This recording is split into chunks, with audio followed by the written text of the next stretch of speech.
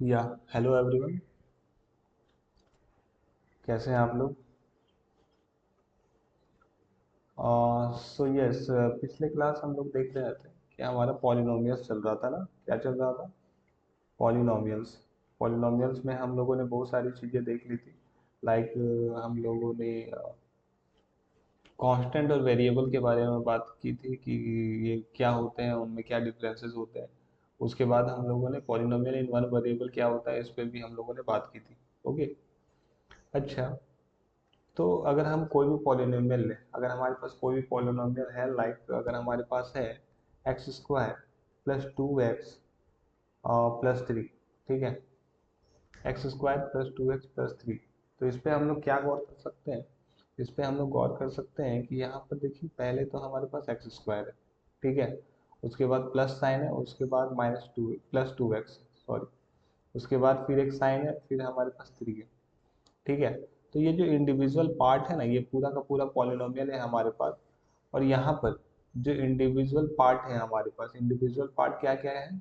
Individual part है, एक हमारे पास एक्स स्क्वायर है, दूसरा इंडिविजुअल पार्ट क्या है हमारे पास, 2x है, एंड तीसरा इंडिविजुअल पार्ट क्या है हमारे पास, 3 है, ठीक है। तो जो यहाँ पर हमारा इंडिविजुअल पार्ट है ना, जो कि प्लस साइन से सेपरेट है, separated by plus sign, they are these individual parts are separated by plus sign, है ना। तो ये जो इंडिविजुअल पार्ट्स हैं, इनको हम लोग बोलते हैं टर्म्स, ठीक है। ये ये इसको हम लोग क्या बोलते हैं? These are terms of polynomial, ठीक है। ये क्या है, हमारे पास टर्म्स है, ठीक है। इसी तरह तो मैं यहाँ पर कह सकता हूँ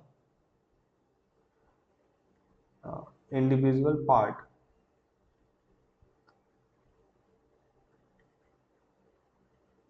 individual parts of a polynomial, of a polynomial separated by plus sign, separated by plus sign are called terms, ठीक है। डेफिनेशन इम्पॉर्टेंट नहीं है, इम्पॉर्टेंट है कि आप इसको समझ जाओ, ठीक है। एग्जाम्स वगैरह में आते नहीं है ये सारे चीज़, बट इम्पॉर्टेंट चीज़ है कि आप इसको समझ जाओ। लाइक अगर हमारे पास कोई और पॉलिनोमियल का एग्जांपल ले लेता हूँ मैं। लाइक अगर हमारे पास कोई पॉलिनोमियल है, छोटा ही एग्जांपल ले लेता हूँ, लाइक मैंने ले लिया 2x प्लस 3, ठीक है। तो हमको पता है कि ये पॉलिनोमियल है, ठीक है। बट अगर मैं इसके टर्म्स के बारे में बात करूँ, तो हमारे पास इसमें टर्म्स कितने हैं? टर्म्स तो हमारे पास साफ दिख रहे हैं कि हमारे पास टर्म्स जो है वो 2 है, ठीक है। दो टर्म्स है, एक टर्म हो गया 2x, एंड दूसरा क्या हो गया, 3 हो गया। तो ये अगर मैं टर्म्स की बात करूँ, टर्म्स आर 2x एंड 3, ठीक है। तो मैं एक सवाल आप लोग को देता हूँ, ये सवाल आप लोग को बताना है। आप लोग को बताना है कि इसमें कितने टर्म्स हैं, ये जो पॉलिनोमियल है उसमें कितने टर्म्स हैं। और वो पॉलिनोमियल है -x स्क्वायर। नहीं, ये भी मैं बता देता हूँ, ठीक है। ये भी मैं बता देता हूँ, इसके बाद जो दूंगा वो आप लोग को करना होगा। -x square plus 2x plus 7, okay. तो इसमें क्या क्या टर्म्स है? इसमें क्या क्या टर्म्स है? एक टर्म मेरा ये हो गया, दूसरा टर्म ये हो गया, एंड तीसरा टर्म ये हो गया। तो जो हमारा टर्म्स हो जाएंगे इसमें, ये हो जाएगा -x स्क्वायर, 2x एंड 7। और एक मैं बता देता हूँ, है ना, और एक मैं बता देता हूँ, इसके बाद आप करोगे। अगर मेरे पास पॉलिनोमियल है 2x स्क्वायर -5x प्लस 13, ठीक है। ये ये हमारे पास एक पॉलिनोमियल है, ठीक है। तो इसमें टर्म्स क्या हो जाएंगे? एक टर्म तो मेरा ये हो गया, ठीक है। दूसरा टर्म हमारे पास -5x हो गया, ठीक है। एंड तीसरा टर्म हमारे पास 13 हो गया, ठीक है। तो इसमें जो टर्म्स होंगे वो क्या होंगे, और 2x² होगा, दूसरा क्या होगा, -5x होगा, एंड तीसरा क्या होगा, 13 होगा, ठीक है। तो these are the terms of polynomial 2x² -5x plus 13. Now you have to tell that what are the terms in polynomial -x³ plus 3x² minus 7x plus 1। तो इस पॉलिनोमियल में आपको बताना है कि यहाँ पर कितने टर्म्स हैं, और वो जो टर्म्स है मतलब कितने टर्म्स हैं। सब लोग सबसे पहले आप लोगों को बताना होगा कि इसमें नंबर ऑफ टर्म्स कितने हैं, उसके बाद बताना होगा कि वो कौन कौन से टर्म्स हैं, ठीक है। तो ये आप लोगों को बताना है, ओके। अब बात करते हैं, अगर हम मैंने पॉलिनोमियल के बारे में बहुत कुछ बताया है आप लोगों को, बट अगर हम कोई भी पॉलिनोमियल ले लेते हैं, लाइक हम पॉलिनोमियल ले लेता हूँ x² प्लस 7x प्लस 3, ठीक है। ये हमारे पास एक पॉलिनोमियल है।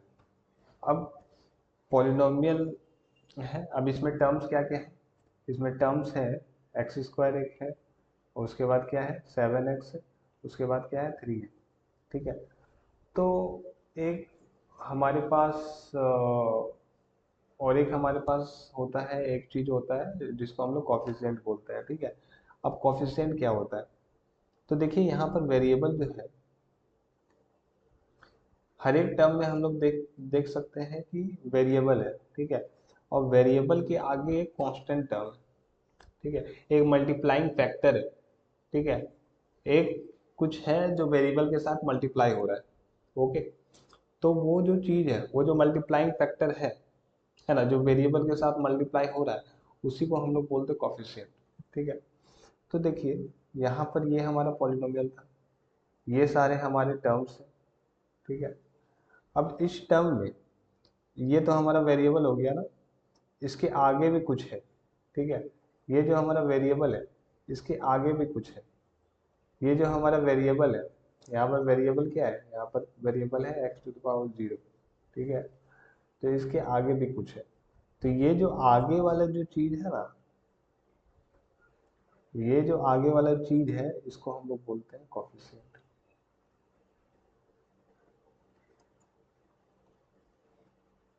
ठीक है। तो ये भी कॉफिशिएंट है, ये भी कॉफिशिएंट है, ओके। मैं कह सकता हूँ कि multiplying factor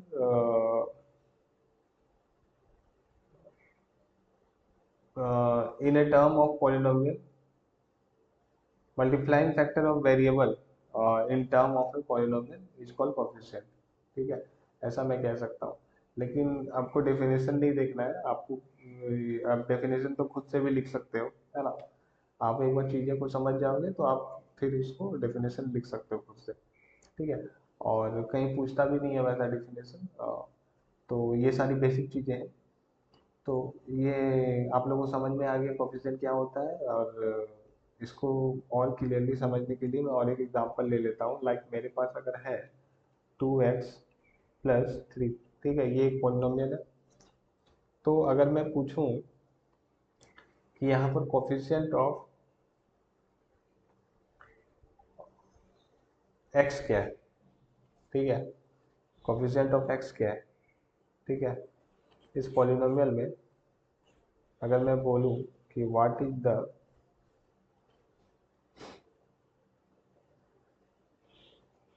coefficient of x, तो इसका जवाब क्या होगा पता है, इसका जवाब होगा 2, ठीक है। क्योंकि मैंने क्या बोला कि वेरिएबल के जो आगे जो होता है ना, वेरिएबल के साथ जो मल्टीप्लाई होता है ना, जो कांस्टेंट टर्म होता है, उसको हम लोग क्या बोलेंगे, कोफिशिएंट बोलेंगे। अब यहाँ पर क्या है, कोफिशिएंट ऑफ x⁻0 क्या है, तो यहाँ पर हमारे पास 3 है, ठीक है। तो ये जो है इसको हम लोग बोलेंगे coefficient of x to the power 0। ठीक है, अब इसमें से भी होप आप लोग को समझ में आ गया होगा। नहीं समझ में आया तो आप मुझसे इंस्टा पे DM करके पूछ सकते हो। और मेरा इंस्टाग्राम आप लोगों को अगर नहीं पता होगा तो मेरा इंस्टाग्राम है @edutreasure1। ठीक है, कहीं स्पेस नहीं है और सारे स्मॉल है। ठीक है, तो आप यहाँ पर अपने डाउट मुझे पर्सनली DM करके क्लियर कर सकते हो। ओके,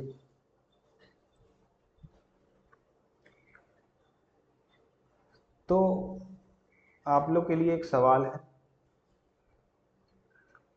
हमारे पास एक पॉलिनोमियल है 2x³ minus 3x² plus 7x plus 5। अब इसमें हमको बताना है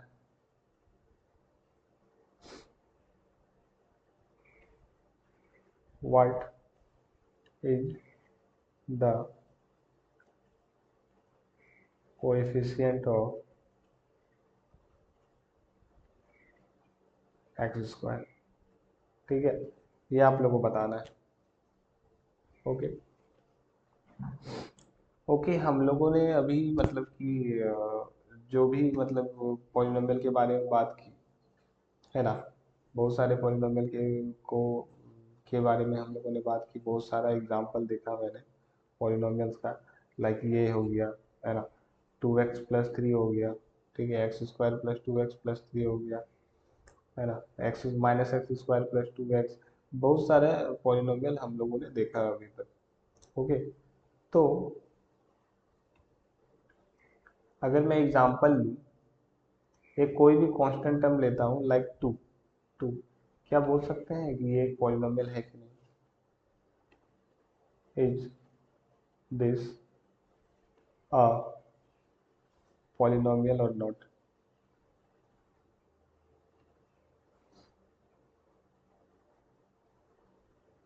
कुछ बोल सकता है इसके बारे में?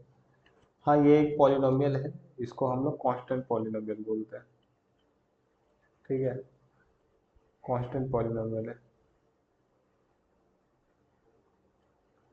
Constant polynomial. और नाम से ही पता चल रहा है, ये देखिए नाम से ही पता चल रहा है कि कांस्टेंट पॉलिनोमियल मतलब कि हमारे पास जितने भी कांस्टेंट है, अगर मैं इसको ले लेता हूँ -2, 4, 5 है ना, 13 एक्सेट्रा, जितने भी हैं सारे हमारे पास क्या है, सारे हमारे पास ये सारे जो है वो कांस्टेंट पॉलिनोमियल है।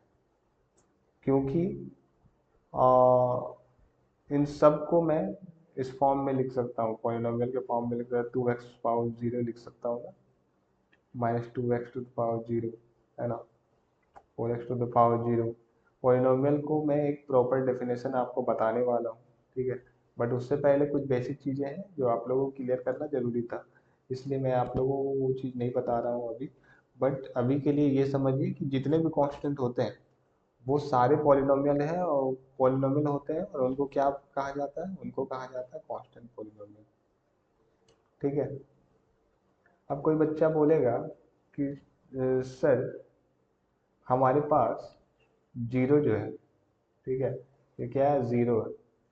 जीरो भी तो एक कांस्टेंट है ना, ये भी एक कांस्टेंट है ना, तो इसको भी कांस्टेंट बोलेंगे, कांस्टेंट पॉलिनोमियल बोलेंगे।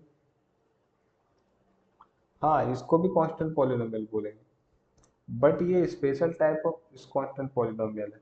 इसको हम लोग स्पेशल नाम दिए हैं, इसको हम लोग स्पेशल नाम दिए हैं, जिसको बोलते हैं zero polynomial. And zero polynomial के बारे में आप लोग और डीपली जानोगे, बट कब जानोगे, हायर क्लासेस में। ठीक है, हायर क्लासेस में अगर आप लोग आगे जाके मैथ्स को मैथ्स को एज ए सब्जेक्ट लेते हो और इस पे पढ़ते हो, तो इस पे हम लोग और भी अच्छे से इसको हम लोग जानेंगे, जीरो पॉलिनोमियल क्या होता है, जीरो के बारे में और भी अच्छे से जानेंगे। ठीक है, तो इसको हम लोग क्या बोलते हैं, जीरो पॉलिनोमियल बोलते हैं। Okay, zero polynomial is a special case of constant, ये भी कांस्टेंट पॉलिनोमियल है, ठीक है, बट इसको हम लोग स्पेशल नाम देते हैं जीरो पॉलिनोमियल, ठीक है। और स्पेशल हम लोग कोई भी चीज़ को क्यों नाम देते हैं, जब कोई चीज़ हमारे पास खास होती है ना तो हम उसको एक स्पेशल ट्रीटमेंट देते हैं। सो जीरो जो है हमारे पास बहुत खास चीज़ है ये, ठीक है, तो इसको हम लोग स्पेशली जीरो पॉलिनोमियल बोलते हैं, ठीक है। होप आप लोगों को यहाँ तक समझ में आ गया होगा, ठीक है। अगर कहीं भी आप लोग को डाउट होता है तो आप मुझसे कहीं भी पूछ सकते हो, ठीक है, जहाँ से भी आप आपको सुविधा होती है कि हाँ मुझे यहाँ पर पूछना चाहिए तो आप वहाँ पर पूछ सकते हो। साथ ही साथ आप मुझे इंस्टाग्राम पर डीएम भी कर सकते हो, इंस्टाग्राम हैंडल मैंने आप लोगों को बता दिया है, edutreason1।